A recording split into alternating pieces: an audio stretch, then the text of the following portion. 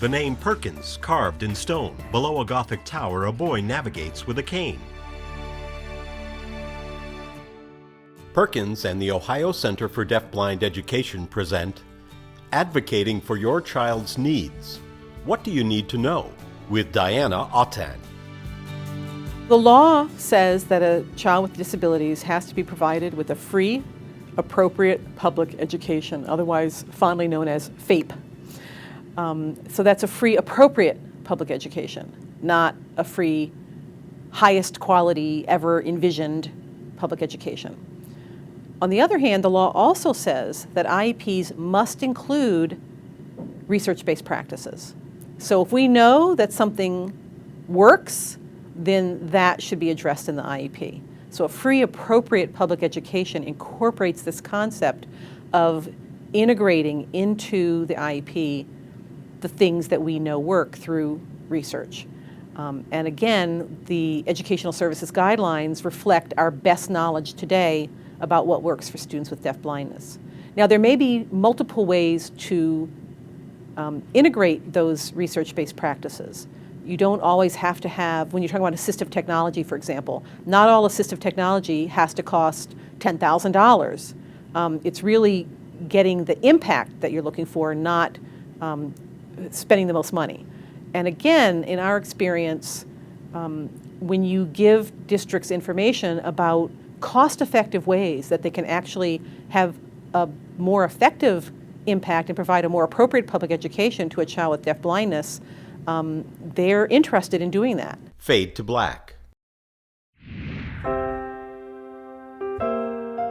Evaluation, classification, and access to appropriate resources.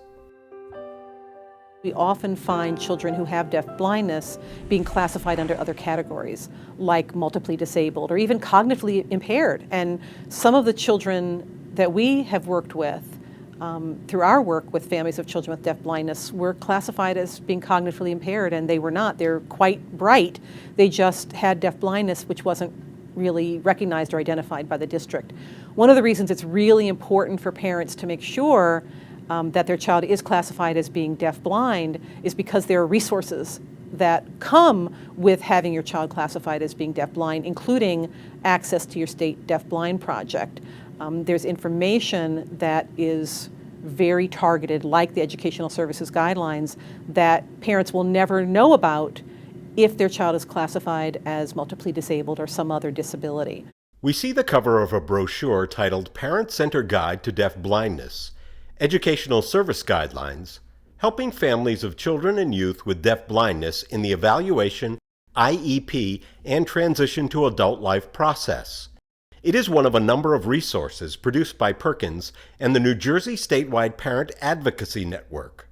Next, we hear from Sherdina, a mother who used the guide to help access resources for her deafblind son. Do not allow your child to be classified as multiple handicap. Make sure your child is classified as deafblind so that they will be able to get the resources that they need to help them to achieve. Once I got with the Deafblind Project, it was like God sent for us. The education was there, the resources were there, help with the IEPs were there. One of the things that is very useful about these tools is that they give parents information about the kinds of services that are appropriate for children with deafblindness.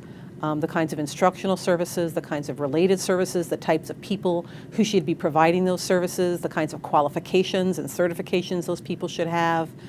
So families who they know a lot about their child, but they don't have a lot of expertise about the professions that are involved with children with deafblindness, have a starting place. And again, everything we talk about in each one of those tools is directly tied back to the Educational Services Guidelines, where parents and professionals can get more detailed information relevant to that particular topic, that particular area of expertise, that related service.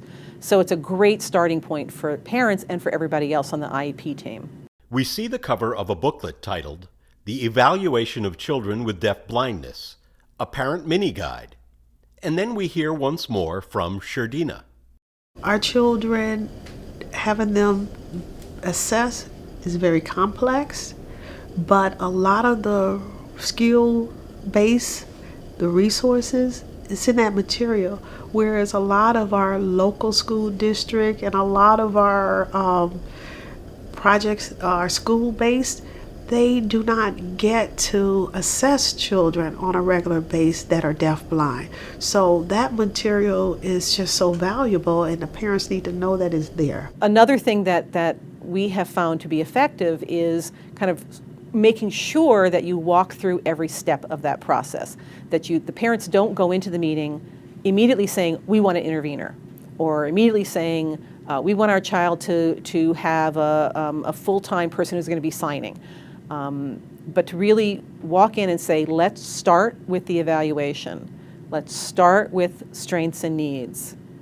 And the law requires the district to provide services and to have goals and objectives for every identified need. So let's start with those needs, those strengths and needs. What are the goals and objectives? Make sure we have at least one set for each need. And then what are the services? And we actually tell parents to go through those evaluations with markers. So you use a green marker and you do all the strengths. You use a red marker to do all the needs.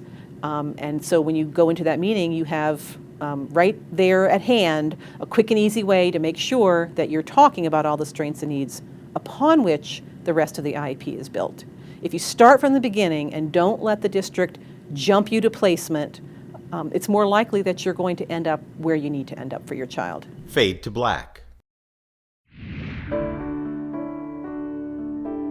Preparing for the individual education program meeting. One of the best resources that exist is the State Deafblind Project. State Deafblind projects don't have the funds to go to every IEP meeting, but they do have a lot of information and expertise. We now hear from Jessica, a parent who has taken advantage of the knowledge, expertise, and resources through the state's Deafblind Project while working with her son's IEP team, as well as working directly with the state's parent advocacy services. I cannot stress strongly enough what an important part of the IEP an advocate is. Not only is the support there for you, but the backup of learning all the laws and all everything that you need to know to be prepared for the IEP meeting. One of the best things that the parent can do is suggest bringing in a representative from the State Deafblind Project. It doesn't have to be in person. It can be by conference call. It can even be by a letter where someone from the State Deafblind Project would summarize the kinds of things that the district could do that would be both effective and cost effective and meet this child's needs more effectively. And we have been able to work with families to get that to happen in many cases. If a district is unreasonably denying a request, if they're unreasonably saying no to something that we know is evidence-based, then the parent does have options. The parent can request mediation and have someone come in and help mediate that conversation. The parents can also go to a hearing. However, usually, if the parent is able to demonstrate that there is some good evidence behind the kinds of things they're recommending or asking for, the district is going to be interested in implementing that because they know that that's the requirement that's placed on them. Again, we hear from Jessica. They're there, they know the law, and the school district also views you differently when you come to an IEP with an advocate. So I think there's more respect when you bring an advocate than when you show up alone. We have worked intensively with families of children with deafblindness for about the last 8 years in New Jersey through some collaboration with Perkins School and the National Deafblind Technical Assistance Agency, as well as our State Deafblind Project. And our experience before the creation of these tools was that many families really had a limited role in their child's IEP.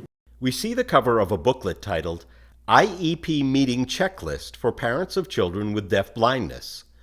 The cover opens revealing the first of 3 pages of the checklist.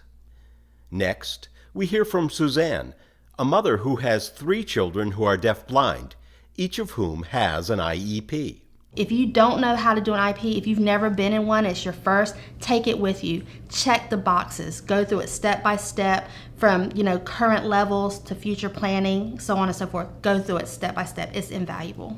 Many families were very depressed and had low expectations for their child with deafblindness because they really didn't know what was available and they didn't know what was possible. Since the development of these tools, which are available in English and Spanish, the experience has been very different. We see side by side two brochures titled Developing an Effective IEP for Children with Deafblindness, a Parent Mini Guide. One is printed in English, the other in Spanish. Families are much more knowledgeable, they feel much more empowered, they feel more optimistic, they feel like they are on a level playing field and maybe even a little bit higher than a level playing field when they walk into the IEP meeting. They have the power of the evidence-based, research-based practices behind them. They have the tools that they can share with the team that tell the team where they can go for more information. Jessica now recounts her experience with sharing the material with her son's IEP team. I have shared the companion materials and the guidelines with all of our service providers. I actually brought it to the IEP and showed everyone, passed it out for our next IEP. All of the resources offered by the Deafblind Project have made my family closer, calmer, and helped me greatly. And we are seeing much better IEPs, IEPs that have higher expectations and better levels of service, more inclusive IEPs, IEPs where parents are being taught sign language so they can communicate with their children, IEPs that have positive behavior support plans instead of the use of restraints or aversives for children with deafblindness who may be acting out because nobody's communicating with them appropriately. And we're seeing much happier children with deafblindness and their families. Fade to black. Social and Emotional Development and the IEP. Well, social emotional development is something that's supposed to be part of the IEP for students with disabilities, and so it shouldn't be difficult to have services aimed at developing those social relationship skills included in an IEP. Sometimes you have to be able to build on that evaluation. What the evaluation shows are the needs of the student. Sometimes you have to bring in what's the best practices, the evidence-based, and there's a lot of information about social emotional development in the educational services guidelines, so that's a great place to get that support. There's also the requirement that students with disabilities have the opportunity to interact with their non-disabled peers for this very reason, to be able to develop those relationships, not just to have friends, but also the students without disabilities are going to be the employers, landlords, the people who run the library. They're going to be the adults in the community that are running a lot of the community service systems and doing the things that students with disabilities are going to have to be able to access as adults.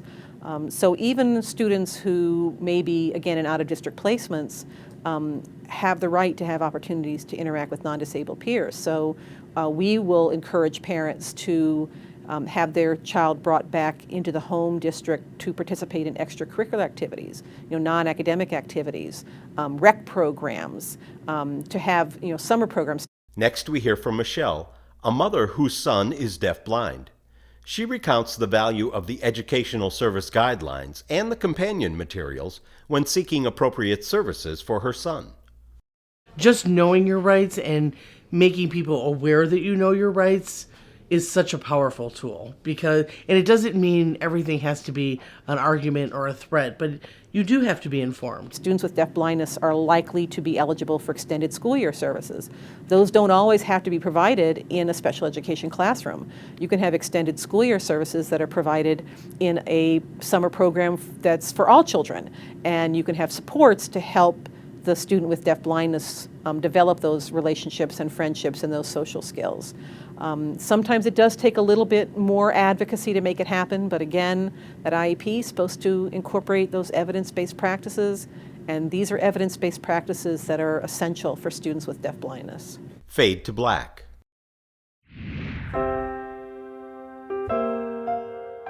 The importance of early planning for transition. One of the things we talk about in the resources is that parents of children with deafblindness in particular should be thinking about transition from the very first time they're thinking about their child's services. This is not a disability that's easy to have a good transition to adulthood. So you really have to be thinking about what your hopes and dreams are for your child with deafblindness. In particular, really need to think about the whole person that their child is going to be. We see the cover of a booklet titled Transition to Adult Life for Youth with Deafblindness, a Parent Mini Guide. Suzanne, who is the mother of 3 children who are deafblind, shares her thoughts about long-term goals for the IEP team. Did you write a goal for your child? Do you have goals for them? What are the future plannings? And if you haven't done that kind of homework going throughout the year, the teacher doesn't really have a rapport with you, I don't know if the respect level is the same there. I think it should be, but it may not necessarily be. So definitely do your homework prior to the IEP meeting. And make sure that transition plan has goals and objectives and services for all of those components of adult life. It's very important for children with deafblindness to be out in the community. There needs to be information in the IEP about how is this child going to learn how to navigate their community, to get from home to work or home to school or home to the voting booth.